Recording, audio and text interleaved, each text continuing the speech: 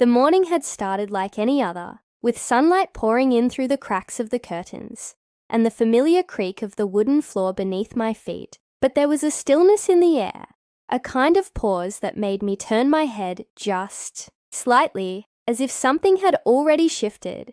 Before the day could truly begin, I went downstairs, made coffee, checked the clock, and waited for the usual shuffle of my son waking up.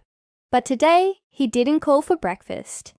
He didn't stumble in. Half awake instead, there was silence that stretched far too long and twisted into a knot in my stomach. I walked up slowly each step, echoing louder than it should.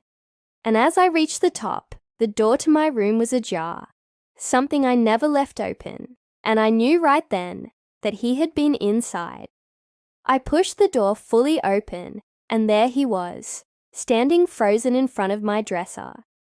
His eyes wide, not with fear, not with confusion, but with something deeper, something that mirrored understanding and heartbreak all at once.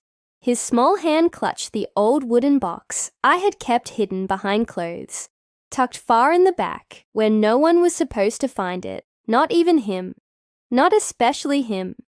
He looked up at me, and the silence broke as he asked, "Mom, what is this? Why is it in your room?" And in that moment, I felt the weight of years I had buried the secrets. I had folded into silence, the nights I had stayed up staring at that very box, wondering if it would ever be opened again. That box was more than wood and hinges. It held the letters I never sent, the photos I never framed, the memories I never spoke of, and he had found them all, his little mind, trying to piece together a past I had carefully rewritten. I sat down beside him, hot, racing, mouth dry, and I told him the truth. Not the filtered version, not the clean story we sometimes offer children to protect them, but the raw, heavy truth about the man in those pictures. The man who held me once, with a love I believed would last forever. The man who had walked out before my son could ever know his face. My voice cracked as I explained how I had locked that part of me away, how I had tried to move on, how I had pretended it never mattered, because pretending was easier than explaining the pain. My son didn't speak right away. He looked at the pictures, looked at me, and then without warning, wrapped his arms around me so tight I could barely breathe. And in that embrace, I realized that nothing would ever be the same. Not now. Not after the truth was out. Not after the past had crawled into the present and demanded to be seen again. That night, everything felt different. The air in the house was heavier, softer, maybe, but filled with things unsaid, things that now had space to breathe. We sat on the couch together, the box between us, and for the first time in years, I let myself look at it, really look at it, with eyes that didn't try to turn away. I let my son ask questions, and I answered each one with honesty, with the kind of love that only comes when you stop hiding. He wanted to know what he was like, what he smelled, like how his laugh sounded, if he ever said he loved me. And I told him everything I remembered and everything I wished I could forget. I told him how we met in the late summer sun, how we used to dance barefoot in the kitchen, how we whispered promises beneath stars that eventually burned out.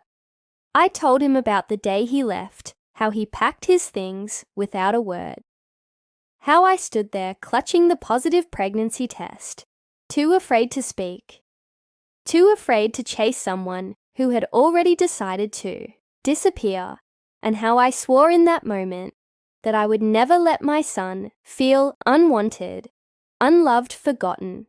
Like I had, tears fell from my eyes, and his too, but he held my hand the whole time, as if to say, "I'm still here, I'm still yours, and no matter what he left behind, I am not leaving." Later, when he went to bed, I sat alone with the box and took out one letter, the one I had written the day my son was born. The one that simply said, "He looks just like you." I wish you could see him. I wish you could change, but I won't wait for that. I burned that letter under the stars that night, not out of anger, but out of release, as if by letting go of that final message, I could finally make space for something new, something real, something built not on the ghosts of yesterday, but on the truth my son and I now shared. What he found in my room had changed everything forever. It cracked the walls I had built around my heart. It forced open the stories I had buried, and it gave me a second chance, not with the man I once loved, but with the child who needed to know who I was before I was his mother, and who I would always be now that the truth had found its way back into the light.